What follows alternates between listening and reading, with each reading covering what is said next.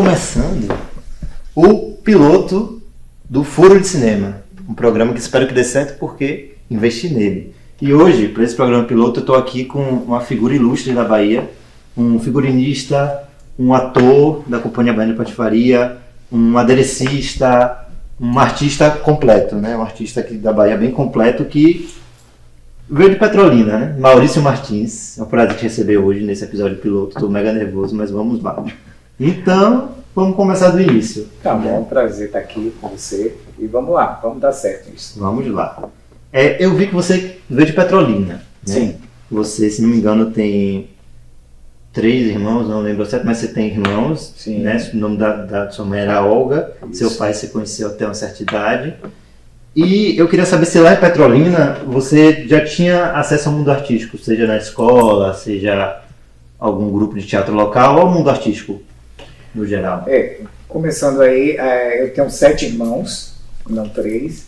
Minha mãe chama-se Olga, já falecida, mas em Petrolina eu fiquei até os 17 anos quando eu saí de lá. E durante esse período que eu estava lá, eu tive muito contato com a arte na escola, no colégio mesmo, onde eu estudei. E a gente trabalhava muito com a Semana de Arte, Semana do Folclore, então toda a questão artística eu tive contato na escola. Lógico que de uma forma bem pequena, digamos assim, não tinha esse contato que eu tive aqui em Salvador, mas eu comecei o contato com a arte na escola mesmo. Eu vi, pesquisando também, né, que você teve um texto infantil que você fez na escola para um concurso, você tirou 2º lugar, se não me engano, chamado Em Busca do Arco-Íris. Queria saber um pouco mais da história. Foi numa semana de arte, onde teve o concurso de texto, né, de espetáculos, enfim.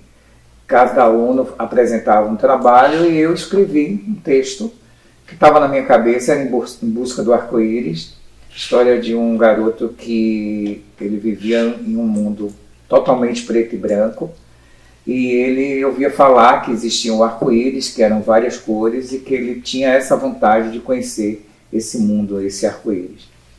E no jardim da casa dele tinha muitas flores, né, de vários tipos. E elas eram as flores que elas se juntavam para trazer realizar o sonho dessa criança em ver o arco-íris. Então cada uma delas dava um pouco da essência de vida dela para transformar todas as cores do arco-íris e ele conhecer. Então é basicamente isso. Foi um texto que eu fiz assim, sem muita cronologia e sem muito entendimento do que é um roteiro para um espetáculo, mas eu digo que seria um conto, né? Não é um roteiro de espetáculo, um conto que se transformaria futuramente, e eu penso até um dia montar ele como um espetáculo. História pesadíssima, um espetáculo juvenil, né, sobre isso seria pesado, mas seria interessante. Agora, ainda nesse lugar assim, de infância, eu queria saber quais suas referências. Eu vi também que você gostava muito do Sítio do Capão Amarelo, mas não sei se tem outras além dessa. Isso. Eu morando em Petrolina, a gente não tinha muito acesso a cinema. Aliás, tinha cinema, não tinha teatro. E na minha infância toda, eu morava com minha mãe, meus irmãos tinham vindo morar aqui em Salvador, e eu fiquei muito tempo com minha irmã mais nova e minha mãe. Então, minha irmã mais nova também veio morar em Salvador, e eu fiquei com ela, com a minha mãe. Então, eu tive um processo de infância que eu não conhecia a minha avó, nem a materna, nem a paterna. Então, ao assistir o Sítio do Capão Amarelo, eu me identifiquei muito com a Dona Benta, que era uma avó que, para toda criança, tinha a referência como a avó da galera, né? E sem falar nas histórias que aconteciam no sítio, que era muito interessante. Então eu fiquei muito ligado nisso, assim, pela televisão. Era o único programa que me arrebatava mesmo. Assim. Eu saía da escola correndo à tarde e vinha para casa para assistir ao Sítio do Capão Amarelo.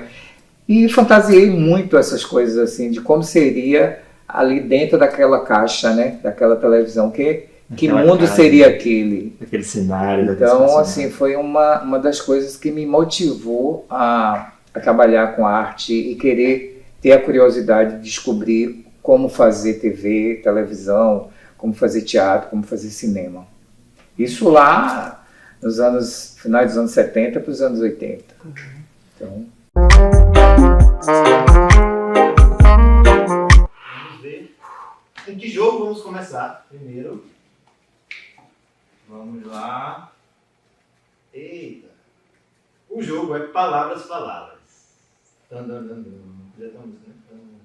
Vou explicar o jogo. Enfim, o jogo vai ser acervo. O ambiente vai ser o acervo. E aí vocês vão usar esse ambiente. Um vai ser o dono do acervo, o outro vai ser o cliente. Agora vamos ver quem vai ser quem. Quem vai ser os jogadores desse jogo. E Felipe e João vai ser o primeiro. Fábio, vamos para a ação. Eu sou o inspetor do acervo. Você é o dono. Eu vim aqui para ver qual é daqui desse espaço aqui. Inspeção? Mas eu regularizei toda a documentação semana passada, cara. Casa de swing. Não foi o que eu descobri. Você, aqui esse acervo e a casa de swing estão com o mesmo problema. Qual o problema? O cheiro. O cheiro está incomodando a vizinhança. Aniversário. Mas eu fui lá no meu aniversário, mas é porque eu fui lá no meu aniversário porque o cheiro da casa de swing tá aqui também, é? Tá aqui, os moradores estão reclamando. Vambora, me mostra aí o que você tem, que tá exalando esse fedor por aqui. Rapaz, talvez eu tenha levado, sei lá, essa peça aqui pra uma das meninas lá na casa de swing, mas também só foi essa, assim. Pode ser. Marido. Isso aqui tá me cheirando a coisa ruim. O marido dessa mulher sabe que você alugou essa querida fantasia aqui pra ela? Não sabe, né? Mas não precisa saber. Isso aí então é mais um problema pra você e pra esse espaço aqui. Pô, velho. Infelizmente eu vou ter que mandar isolar a área. Tem mais alguma coisa suspeita no local? Mas isolar meu acervo só por causa de um corno. Porque Fetiche. todo corno tem um fetiche. E ele tem um fetiche, por isso que eu. Não, todo corno tem um fetiche. Então, eu vou isolar essa área aqui pra você não ficar aí compactuando com o fetiche dos cornos alheios. Mas eu compactuo, cara, é minha missão, velho. Não, desculpe. E outra também, porque como falou, você é de Petrolina, mas chegou um momento que você disse, pô, quero ir para Salvador. Não sei exatamente por quê, mas por que exatamente? Foi por ser menor, tal? Não, exatamente, assim, por esse concurso, esse curso, né, essa bolsa de estudantil tinha uma validade, né, são durante o curso que a gente fazia, né, o segundo grau, na época. Quando eu concluí o segundo grau, automaticamente interrompia essa bolsa de trabalho lá no banco. E como todos os meus irmãos já moravam em Salvador, e eu era o caçula, né, morava eu e minha mãe, então a opção mesmo era vir morar em Salvador, porque também queria conhecer novos horizontes, ter uma nova oportunidade que na cidade na época não tinha. Eu imagino que Petrolina, assim, o cenário, né, cultural, assim, deve ser muito menor do que Salvador, que ainda precisa crescer muito mais comparado a Petrolina, mesmo que seja pequeno. Então, quais foram as diferenças, assim, de lá para cá, no sentido artístico, né? Eu senti muita diferença, embora lá não tivesse teatro, né? Lá a gente tinha 2 salas de cinema. Mas eram filmes que só passavam filme à tarde, eram faroeste, né? Ou terror. Então era só os 2 tipos de filme que se passavam na cidade. Quando se passava um filme romântico, um drama, era uma promoção, era tipo Dil Como Te Amo, era E o Vento Levou, uma coisa assim. Mas basicamente era faroeste ou terror. E quando eu cheguei a Salvador, né, eu tive uma oportunidade de ter várias salas de cinema e frequentar e começar a conhecer e ver outros tipos de cinema, né, que não era aquela faroeste, terror, né, comédia, drama, enfim, folhetins, tudo isso. Então isso foi o que mais me fascinou aqui em Salvador. O teatro também, porque lá a gente tinha grupos de teatro, né, da escola, e um grupo de jovens que fazia a Paixão de Cristo. Então a gente não tinha muita oportunidade de trabalhar em teatro lá. E aqui eu comecei a ser frequentador. Então assim, eu ia sempre a cinema e a teatro, cinema e teatro. Foi aí uma grande abertura para a minha criatividade de estar observando e frequentando a sala de espetáculo e sala de cinema. Eu queria saber como surgiu, assim, você estava andando, sei lá, Edgar Navarro, eu me lembro, assim, Não, antes de eu me lembro e antes disso tudo, assim, que foi o Cascalho, foi meu primeiro, quer dizer, primeiro assim, a convite, mas eu tive a oportunidade de trabalhar num filme que foi rodado em Juazeiro, mas eu já morava aqui através de um convite de Selma Santos, que é uma produtora, e aí eu fiz uma participação como aderecista. E aí eu fui fazer acessórios para o filme e foi Guerra de Canudos. Então eu fui rodado lá em Juazeiro, mas eu não tinha entendimento ainda nenhum de cinema, né? Eu não frequentei o set de filmagem. Eu fiz os adereços das tropas, não, eu fiz dos beatos, das beatas e dos romeiros, que era de Antônio Conselheiro. Então, todos aqueles adereços, eu fiz uma pesquisa, sim, também dos índios. Eu fiz uma pesquisa sobre materiais, sobre o que eles usavam, e aí eu desenvolvi esses acessórios para o filme. Foi meu primeiro trabalho no cinema. Mas como figurinista, meu primeiro trabalho foi Cascalho, Tunis Pinheiro. Quais as diferenças principais de montar um figurino para cinema e para teatro? São duas linguagens completamente diferentes, né? Uma é você vê tudo a olho nu, né? Ali ao vivo, que é o teatro. Então você está aqui, o espectador está na sua frente e tudo é visto à distância, né? Mas ali ao vivo. Então existe um certo de exagero em cada elemento que você coloca. Eu falo exagero no sentido de volume, né, de volumetria, para ser visto no palco, né? Já no cinema não, a gente tem que trabalhar muito realismo, porque a tela ele te transporta para um lugar maior. Então assim, se em algum figurino eu for colocar um botão, tipo eu vou fazer um fraque para o teatro, um personagem no teatro. Então, os botões, eu vou botar uns botões grandes para que seja visto à distância. Já no cinema, eu vou colocar o botão normal, porque a tela vai ampliar isso. Então, eu não posso colocar aquela coisa grande, porque aí a tela vai aumentar muito mais e isso vai ficar muito fake. Então, são esses pequenos detalhes que você tem que pensar. Na questão também da textura, do envelhecimento, tudo isso é diferente, né? Para o cinema, a gente tem um lema que é o menos é mais. Então a gente tem que trabalhar muito sutilmente cada detalhe, né? A não ser que o filme peça isso. Seja proposta, né? Seja proposta para ser sei lá, uma coisa mais do absurdo. E aí você trabalha. Mas são duas linguagens diferentes, como também tem a linguagem para dança, que é outro tipo de figurino para ser feito. Porque a dança ele exige que o figurino adeque ao corpo do bailarino.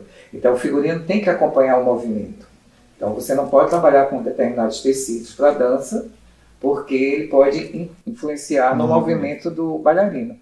E no cinema e teatro a gente tem isso, texturas. Eu fiz um filme mesmo, Cascalho, e que o figurinista, o diretor de arte, Moacir Gramacho, ele queria que a gente fizesse uma roupa, um personagem, que foi até Otton Bastos que usou, e que imprimisse couro na tela. Só que a gente não tinha couro para fazer. Então a gente fez uma pesquisa e a gente chegou à lona de caminhão, aquela lona encerada que cobre cargas. E eu aí fui para BR, na época lá a gente rodou em Andaraí. Eu fui para BR, parando caminhão, pedindo e comprando, fazendo troca. E a gente fez a roupa toda feita com lona de caminhão. E na tela imprime couro. Então é impressionante assim, e você descobrir texturas e trabalhar com elas, e materiais que possam imprimir de uma forma satisfatória e real no cinema. E aí como isso te fez começar o seu acervo? A história do acervo ele se dá muito com a questão justamente essa, né? Quando eu vim morar em Salvador, eu comecei a consumir teatro mesmo, assim, eu ia muito, final de semana infantil. Era um tempo, uma época que a gente tinha produções, a cada final de semana tinha várias produções, espetáculos entravam em cartaz de quinta a domingo, às vezes com 2 sessões, então tinha uma busca e uma procura muito grande do teatro. E eu frequentei muito teatro. E me via assim, já com esse olhar do figurinista, né? Eu observava muito cada figurino de cada espetáculo.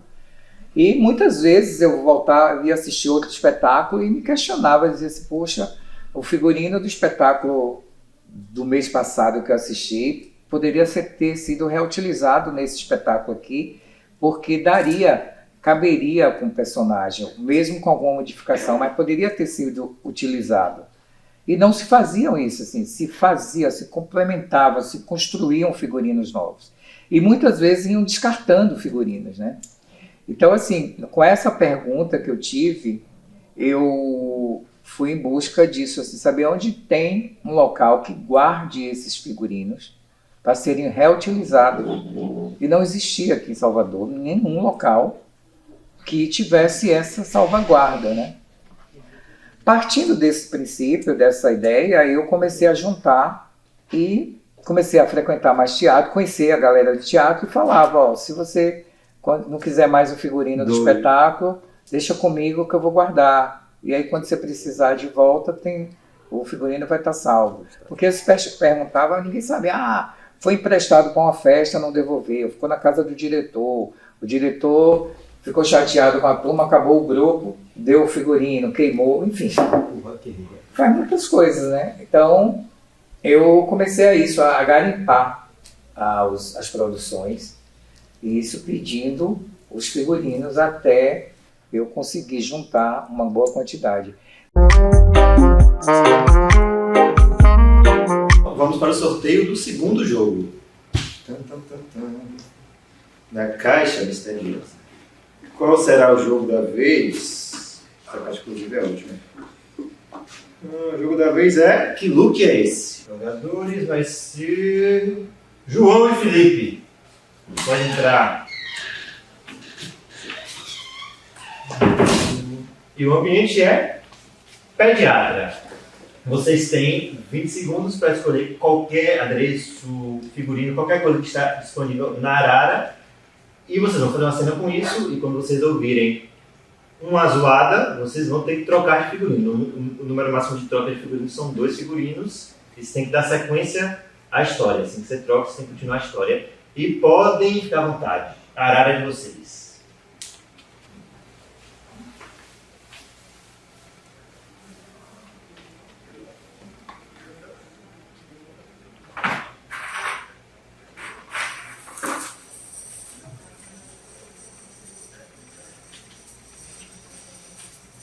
Tudo bom, William? Tudo bom? Olha, hoje teremos a grande prova para ser pediatra. Tá bom. Hoje eu vim aqui para fazer minha prova e finalmente concluir meu curso. Finalmente vou poder atender uma criança. Uma das regras do nosso curso é gostar bastante de criança. Você gosta bastante de criança? Eu curto muito criança, eu gosto bastante. Eu tenho 3 filhos em casa. E quando eles ficam doentes, meu Deus, quando eles ficam doentes, eu fico numa pena, no coração apertado. Oh, meu Deus. Eu também fico com o coração todo apertado, William, quando as crianças chegam lá no meu consultório. Eu fico emocionado com...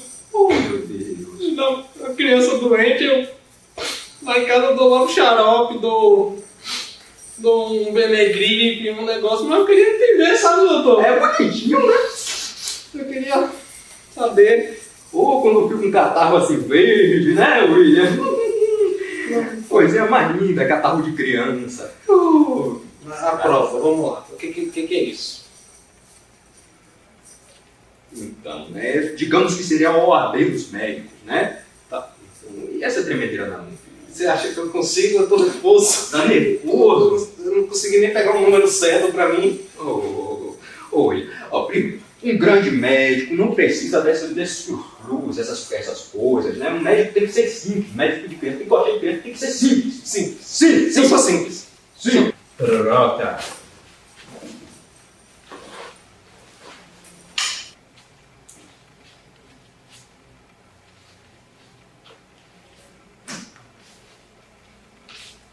Quer dizer, então, que a senhora Patricinha, que é a coordenadora da faculdade do William. Eu sou. Eu sou sim. O que você veio fazer aqui? Eu vim para questionar você, porque meu filho me apertou. Eu não dei nota de ninguém. E por que você tá me questionando? Eu estava na minha jacuzzi, tive que sair de lá para vir defender meu filho William, porque a senhora reprovou ele, a reitora da faculdade. Eu não reprovei ninguém. E por que você tá vendo com essa conversa pra mim agora? E por que porra a senhora fala cantando? É porque aqui é um ambiente que traz muita felicidade. Meu filho William perdeu! Não vamos nos estressar. Tô alterado, porra! Não vamos nos estressar. Me diga aí, o que eu posso fazer pra te ajudar? Nada um 7 na nota do menino. 7 é muita coisa. Ele acabou tirando 2. Se eu subir 5 pontos, eu posso perder meu emprego. Mas ele gosta de gente, é um aluno esforçado, vai ser um ótimo pediatra.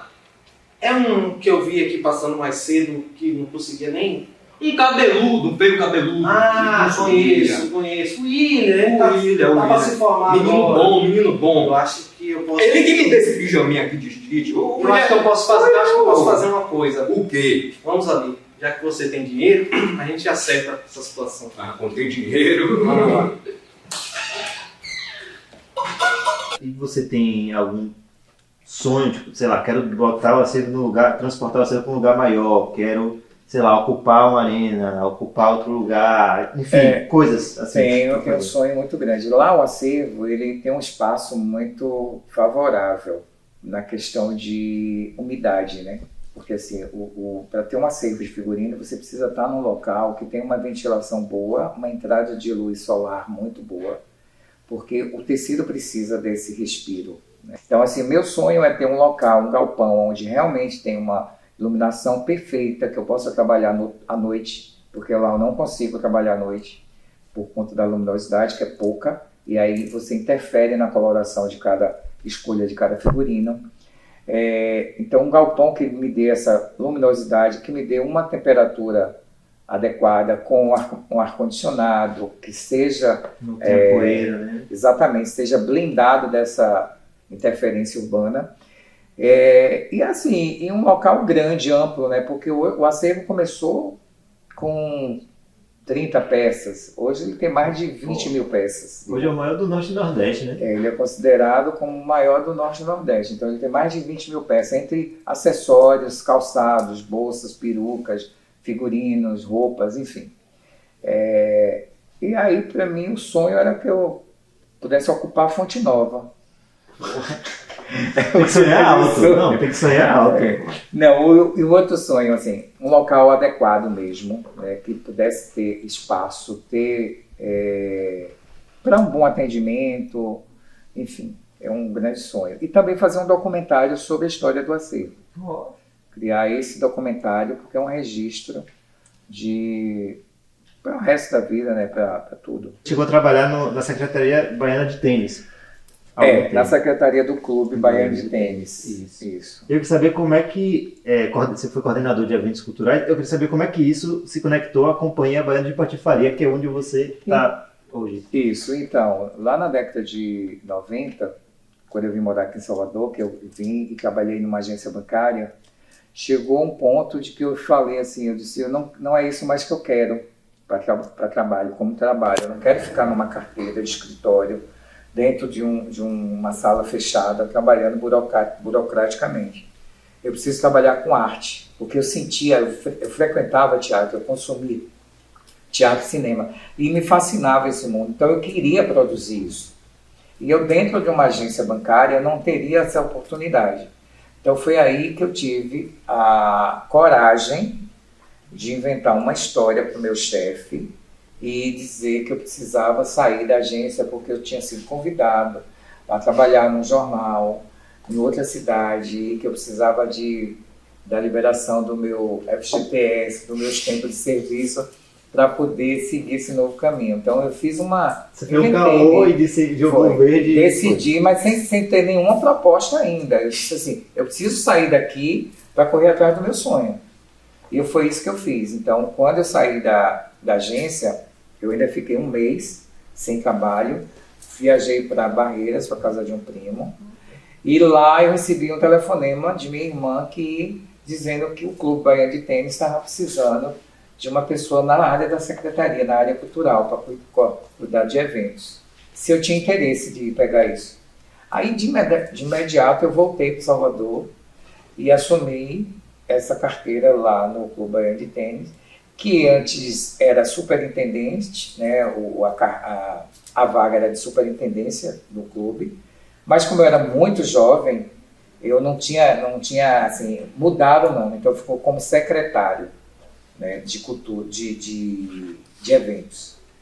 Então, assim, eu coordenava festival de música, shows de Ney Matogrosso, show de Roberto Carlos, show de Julio Iglesias, bandas de rock como Barão Vermelho, Glenwood, Paralama de Sucesso, Nenhum de Nós.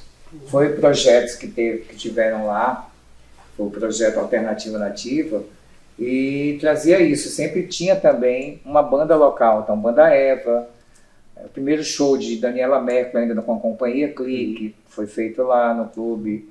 Então eu tive acesso e contato com a grande parte musical da cidade e automaticamente do teatro, porque aí veio um espaço que tinha lá no clube, Teatro, né? Que era um auditório, que era um teatro, mas estava como depósito. E eu comecei a modificar isso, tirando todos aqueles objetos que estavam lá dentro do teatro, ocupando como depósito, e que era uma sala de cinema anteriormente, tinha o projetor e tudo. E eu comecei a limpar e trouxe a companhia, não a Companhia Baiana, que a Companhia Baiana veio logo na sequência, mas uma companhia de teatro de Fernando Peltier, com a Turma da Mônica. Aí o teatro começou a efervescência, mas no infantil. Foi aí que um produtor da Companhia Baiana de Patifaria, que estava em cartaz no Rio Vermelho, no bar de Limpton, que era o Zuc Santana antigamente, ele teve lá no teatro para conhecer, gostou e aí me pediu uma pauta. E aí eu cedi a pauta, foi o primeiro espetáculo noturno adulto no teatro lá do Teatro Baiano de Tênis. Passado o tempo que conheci os meninos, fiz amizade com eles, né? Com Lelo, Moacir, Fernando Marinho, Ricardo Castro, Celso Júnior, Tom Carneiro, que era o produtor na época. Que era tipo a origem da Companhia Baiana original. Eles estavam com o espetáculo Abafa Banca. Que era, depois Sericutico é mais ou menos por ali, isso, né? Abafa Banca, Bofetada, aí vieram outros. E eu vi também que você tem um currículo com 2 exposições, uma do Teatro Baiano e outra da Companhia, 30 anos de Companhia Baiana de Patifaria. E assim, eu quero saber como foi as 2 experiências. A Companhia Baiana de Patifaria, ela existe há 37 anos. Né? É uma companhia que está aqui em Salvador, uma companhia baiana de teatro, que sobrevive há 37 anos, que tem um legado muito grande, muito importante. Foi para mim a grande escola da arte.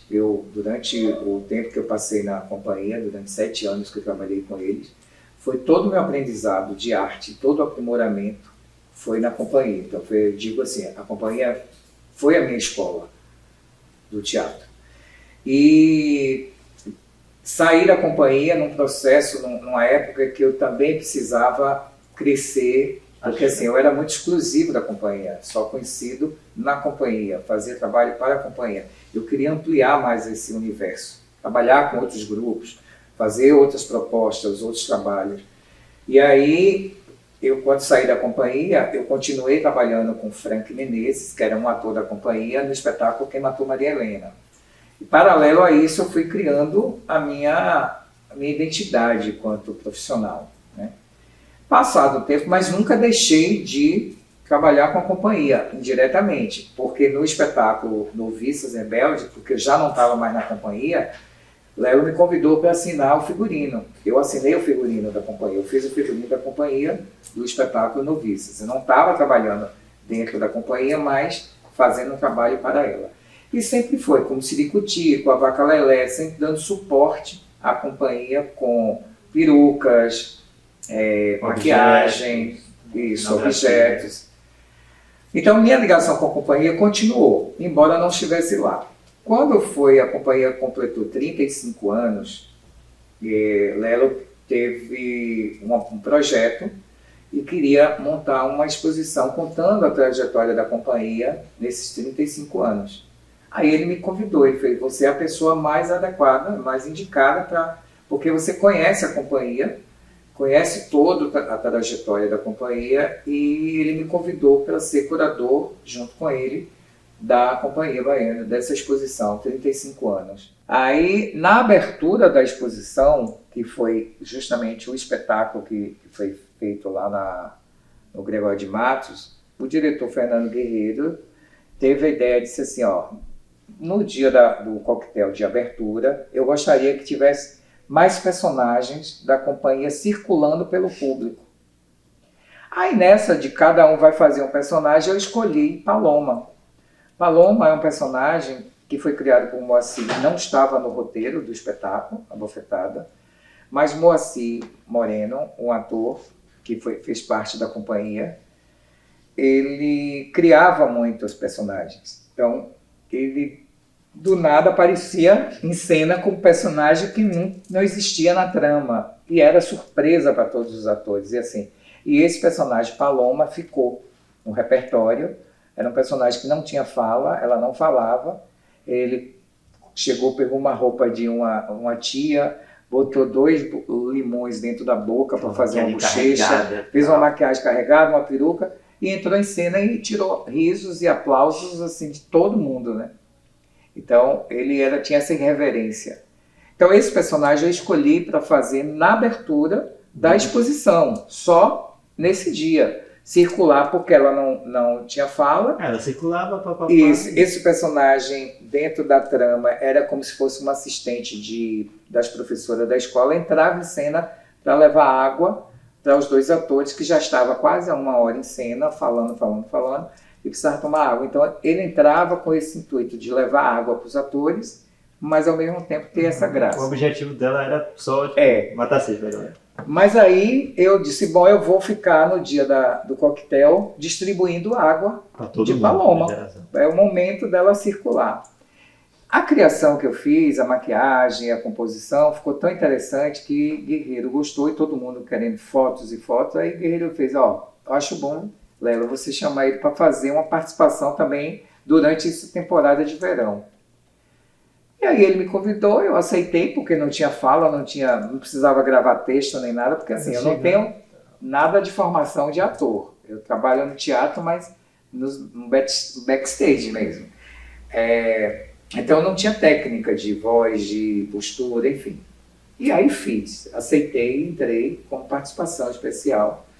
Isso já fazem 3 anos. E agora vamos sortear o último jogo. Esse momento sempre tem. O último jogo, Manequim. Olha só. Agora vamos ver os jogadores. Como é o último jogo, vamos fazer diferente agora. Agora todos entram. Por favor, Fábio, Felipe, João. E agora, como estavam em duplas, agora eu vou pedir para vocês tirarem aqui. Um de vocês tira. E aí vamos ver aí quem vai sair. Quem quer ser aí, voluntário?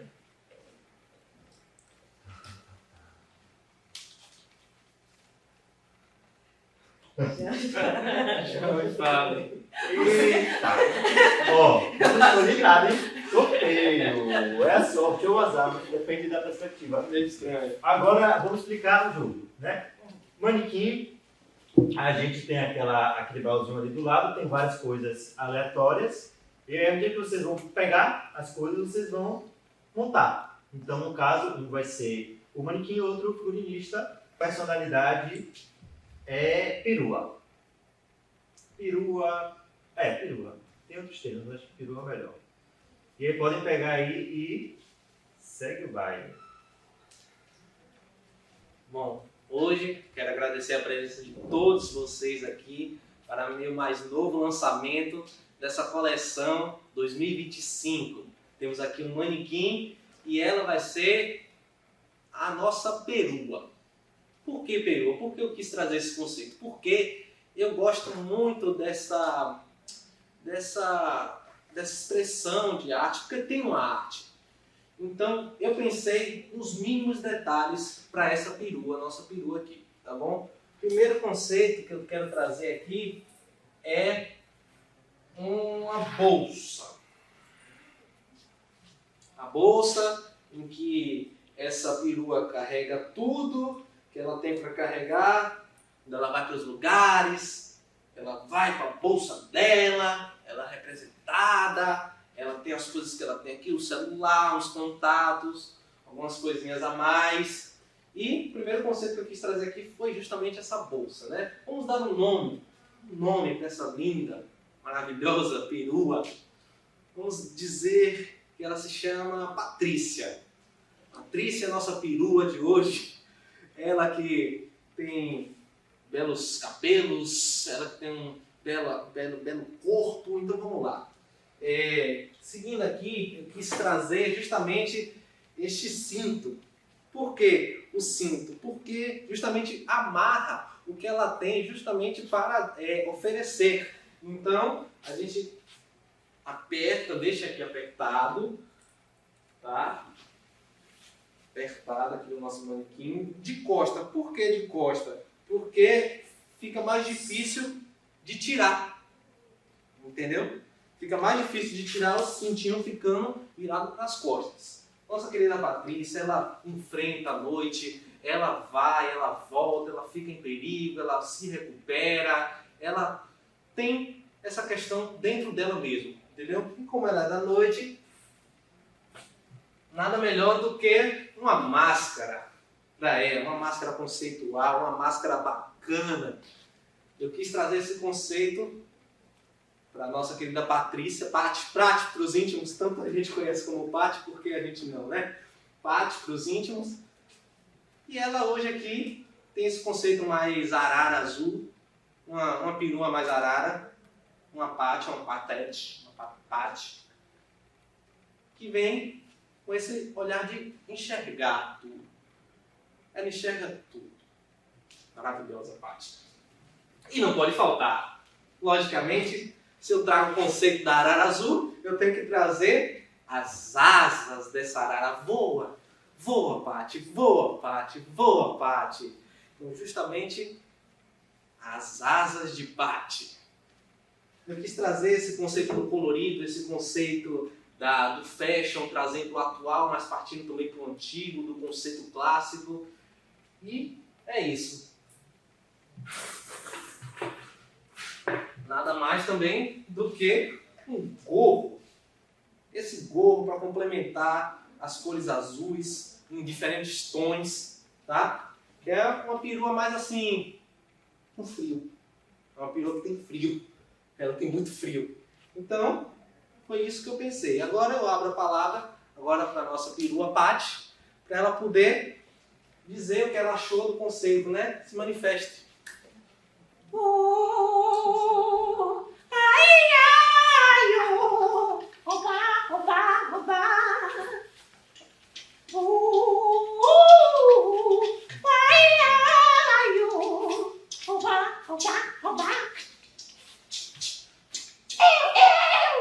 Você trabalhou em muitos projetos audiovisuais também, Sim. Alguns.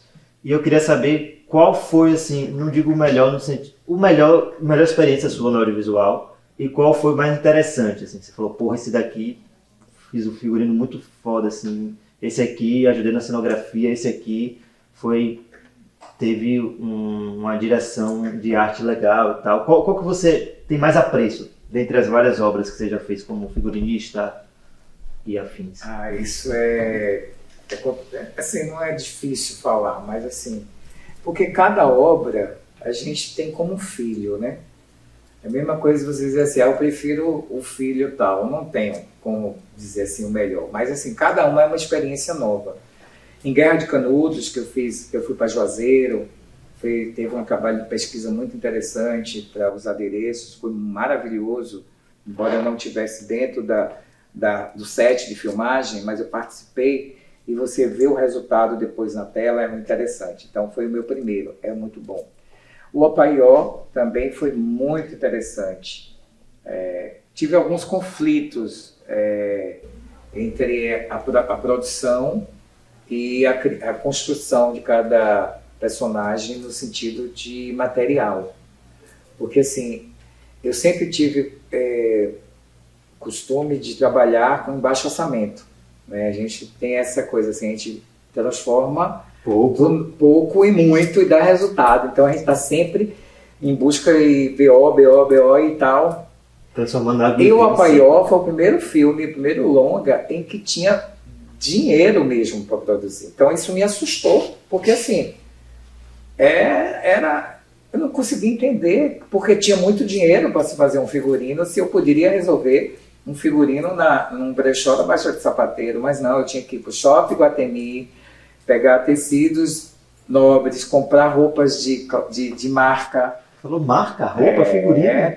Tecido. Tem uma experiência no filme que, assim, isso é muito particular mesmo, assim, mas o personagem de Érico Braz, que fazia o táxi, o Reginaldo, né, taxista, o figurino dele era uma camisa vermelha e uma calça jeans preta. Essa calça jeans tinha que ser bem surrada, bem velha, bem envelhecida. Porque, assim, o universo todo da trama são moradores do Pelourinho, são de baixa renda, né? Não tinha ninguém. O máximo que você tivesse uma roupa nova seria doado por alguém, dentro da ideia, da lógica da narrativa. Então, assim, foi me dado uma calça da Zump, uma marca top, comprada numa loja nova, zero, lá do Iguatemi. Eu falei assim, na época, eu acho que era R$1.200 a calça. Só a calça? E eu tinha que envelhecer essa calça. Eu tentei envelhecer de várias formas, botei na máquina, botei quiboa, peguei lixa, peguei pedra, botei dentro do saco, bati, e a calça não envelhecia. Jesus. Aí, assim, o que foi que eu tive que fazer? Comprar outra na Baixa. Não, eu já tinha uma calça. Isso eu estou falando aqui, primeira mão, para você. Assim, eu tinha uma calça jeans velha, preta, comprada numa calçada de Brasília, quando a gente estava em cartaz lá, que era da Zump também, estava lá a calça. Eu comprei essa calça, fiquei usando muito tempo. Aí eu peguei essa minha calça e coloquei no personagem. E todo mundo achou maravilhoso, achando que eu tinha envelhecido aquela calça que veio do Iguatemi. Então, assim, isso me assustava quando tinha essa questão, assim, sabe? Eu falo por conta disso, assim, o cinema, ele tinha isso, assim, pelo menos os filmes que eu fiz, ele é muito de baixo orçamento. Então a gente aproveitava muita coisa, assim, ia muita verdade, né? Tipo, era uma comunidade que vivia no Pelourinho, então, assim, eles compravam roupa no Pelourinho. Eles não compravam roupa, entendeu? Então tinha o guia turístico do filme, se você reparar, ele está todo de linho. O linho, aquela roupa foi caríssima, comprada numa loja também de nome do Iguatemi. Então, assim, era surreal. Então isso me chocou. Tá? Quando eu fui fazer Cascalho, foi outro deleite. Cascalho se torna uma trama que se passa na década de 20, na época do garimpo. A gente gravou na Chapada, Diamantina, Andaraí, Mucugê, Igatu. Cenários incríveis. Isso. E eu fui para lá, fiquei 6 meses morando lá. Então, na noite anterior, a gente já estava com o figurino todo programado para o dia seguinte, à noite, gravar essa cena, que era uma cena noturna.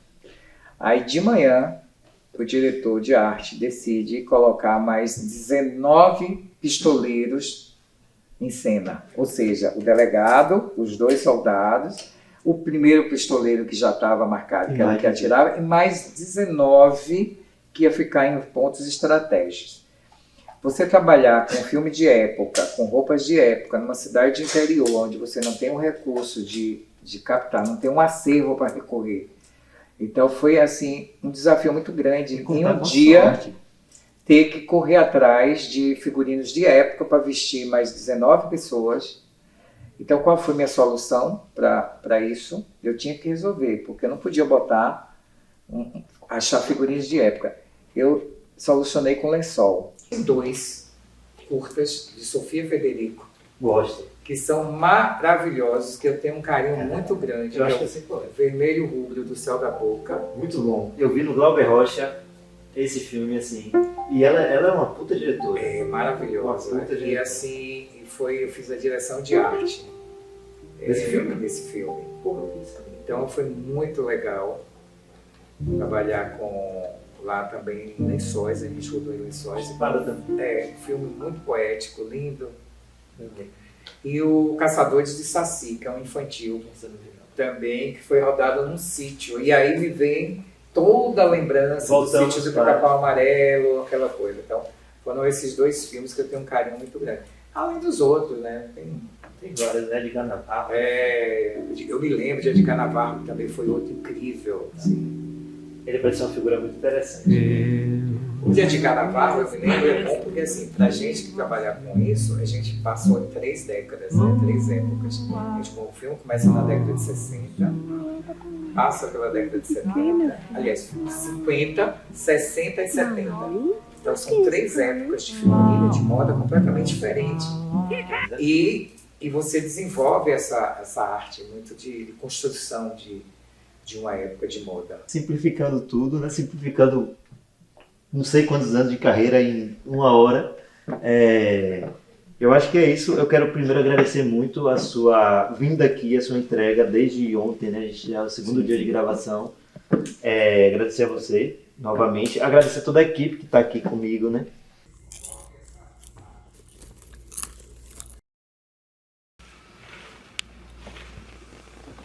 E aí, curtiu? Então se inscreva e compartilhe o nosso episódio piloto do Furo de Cinema.